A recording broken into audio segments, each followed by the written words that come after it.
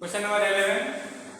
Two conducting sphere A and B of the same size are situated at same distance, at some distance. About each has a charge of +2 coulomb. ठीक है, तो देखिए दो charge हैं ना, ये दोनों चार्ज जो है सम डिस्टेंस पर रखे जा रहे हैं। तो मानते हैं कि अच्छा बोथ हैव सेम चार्ज कहते हैं, तो क्यों they are kept at some distance, मतलब सर्टेन डिस्टेंस आर ले लेते हैं। ठीक है, और करें कि and they repel each other, दोनों जो है एक दूसरे को रिपेल कर रहे हैं। It means nature of charge on both the body is same with the same force 10 × -5 Newton, 10 × -5 Newton से एक दूसरे को रिपेल कर रहे हैं। ठीक है, अब आपको क्या करना है, करें थर्ड चार्ज से is the third conducting on charge square C। अब एक तीसरा रॉड, तो पहले फोर्स के इक्वेशन के लिए लिख लेते हैं। तो फोर्स का इक्वेशन क्या बनेगा, 1/4πε0, ठीक है, Q × Q upon R square. ठीक है, ये हो जाएगा आपका 10 × -5, ये हो जाएगा 1/4πε0, 1/4πε0 Q²/R²। Equation number 1, equation number है ना। ठीक है, अब जो है क्या करते हैं, आप कह रहे कि जो है a third uncharged conductor is brought in contact with it ना। तो ये आपका बॉडी है, दिस इज योर बॉडी है and this is your body है ना। The third charge is brought in contact of it, तो ये बॉडी है, अब इसके कांटेक्ट में एक बॉडी सी रहती है, आइडेंटिकल बॉडी सी ना। इसमें QA की वैल्यू कितना बताओ, QA की वैल्यू Q है और QC की वैल्यू क्या है, QC की वैल्यू क्या है, ये आपका क्या है, QB है, QB की वैल्यू Q है ना। ठीक है, तो देखिए इसको जब कांटेक्ट मिला है, then charge distribution take place, charge distribution क्या होगा, टेक प्लेस ना, और till both the conductor get same potential ना। ठीक है, charge distribution take place till both the conductor get same potential.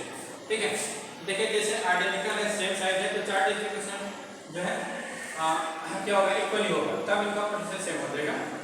तो after touching ball A and C, new arrangement become, new charge become Q dash equal to Q dash equal to हो जाएगी, Q dash की value जो है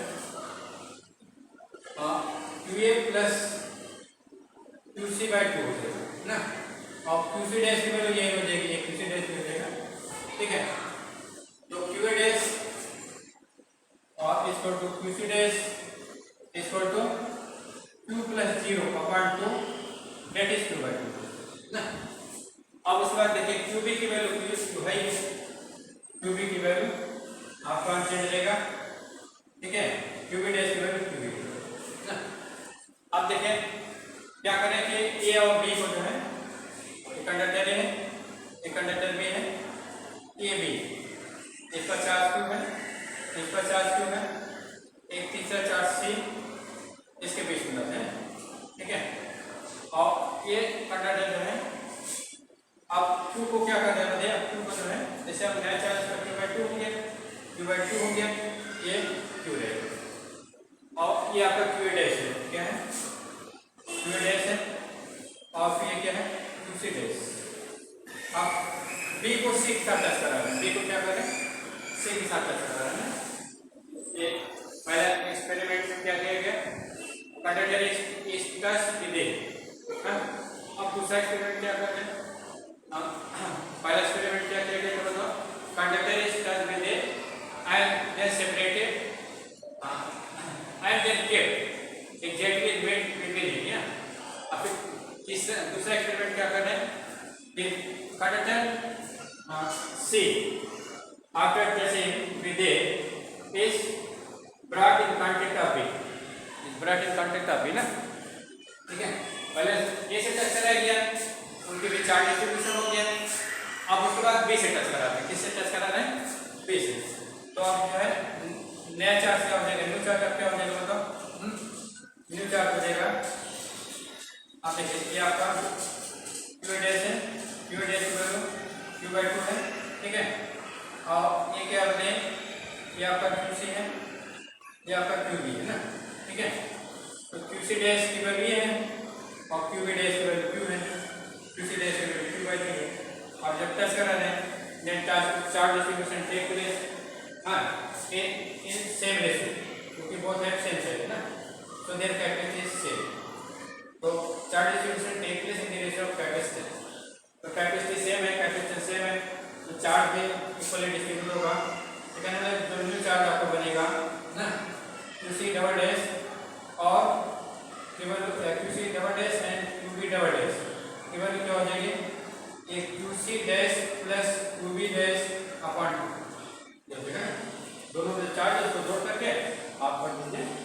तो एक QC dash की value क्या है, Q/2 है और QB वैल्यू Q है, by2 हो जाएगा, तो 3/4 Q, 3/4 इस तरह से QC डैश और QB डैश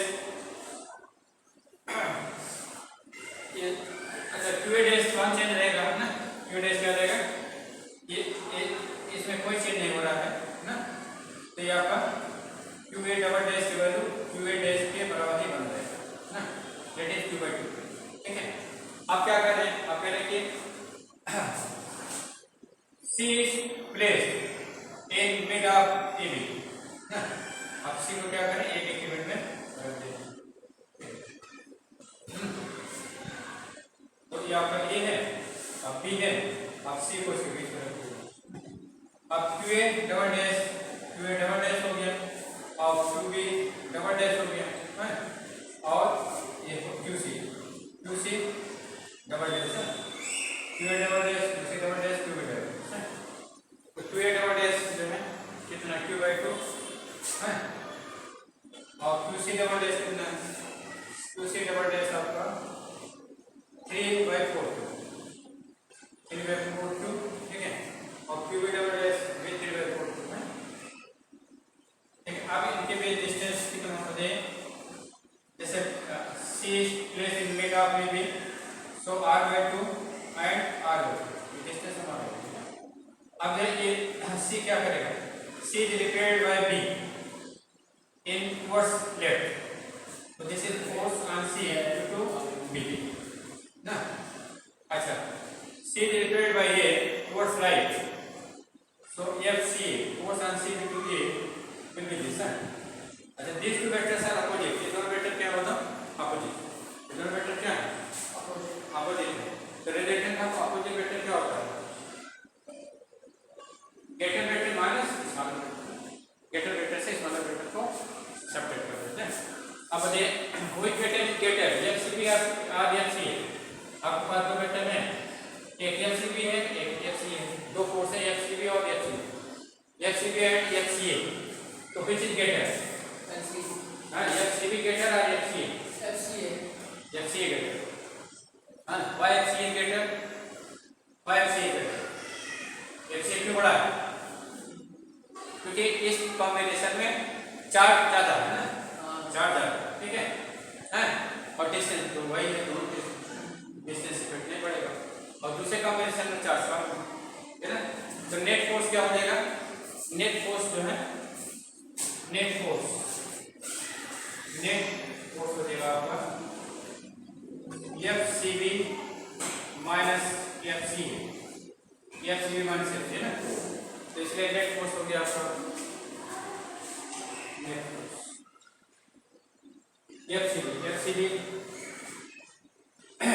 FCB में 1/4 एप्सिलॉन नॉट, ठीक है, और चार्ज ऑन माने QA dash double dash into QC double dash upon R/2 फिर minus 1/4 epsilon not QB double dash है, QB double dash into QC double dash upon R/2 है ना, ये हो जाएगा आपका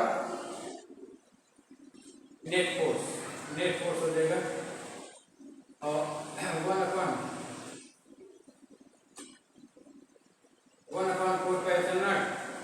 4/9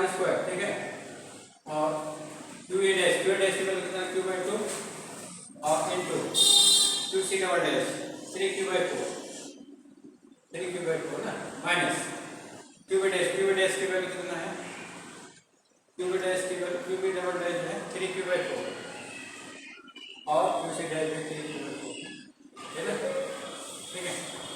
तो इसमें जो ये देगा आपका 1/4πε0 क्यू स्क्वायर देखिए इस टर्म में है इसलिए बाहर ले लीजिए तो q²/r² अलग कर लेते हैं। अब जो कुछ बचता है उसको अलग करते हैं तो ये जगह 3/8 हो जाएगा माइनस 3/16 हो जाएगा इंटू 4 हो जाएगा ठीक है। अब इसलिए ऐसे कर रहे हैं क्योंकि ये जो वैल्यू हमारी 9 है ये वैल्यू कितना है ये वैल्यू हम फाइंड कर सकते हैं कितना है इसकी वैल्यू 10⁻⁻⁵ 1/4πε0 q²/r² क्या 10⁻⁻⁵ क्या 10⁻⁻⁵ क्या लिखेंगे तो जगह 10⁻⁻⁵ इंटू 3/8 हो जाएगा आपका 4 से मल्टीप्लाई करेंगे तो 3/2 हो जाएगा माइनस 3/4 हो जाएगा। फिर आप 2 से इसको ऊपर नीचे मल्टीप्लाई कर दीजिए तो 6/4 हो जाएगा जो हो जाएगा 10⁻⁻⁵ इंटू 6/4 माइनस 3/4 है ये वैल्यू हो जाएगी आपकी s इक्वल टू मिलेगा 3/4 इंटू 10⁻⁻⁵ 0.75 इंटू 10⁻⁻⁵ यह की वैल्यू होगी हमारी 7.5 इंटू 10⁻⁻⁶ न्यूटन ये फोर्स हो गया। अच्छा direction of this force is towards A F C direction किधर है बताइए ए की ओर ना तो resulting force act towards A तो टुवर्ड्स ए ठीक है ये आपका आंसर देखिए आंसर क्या दे आंसर देखिए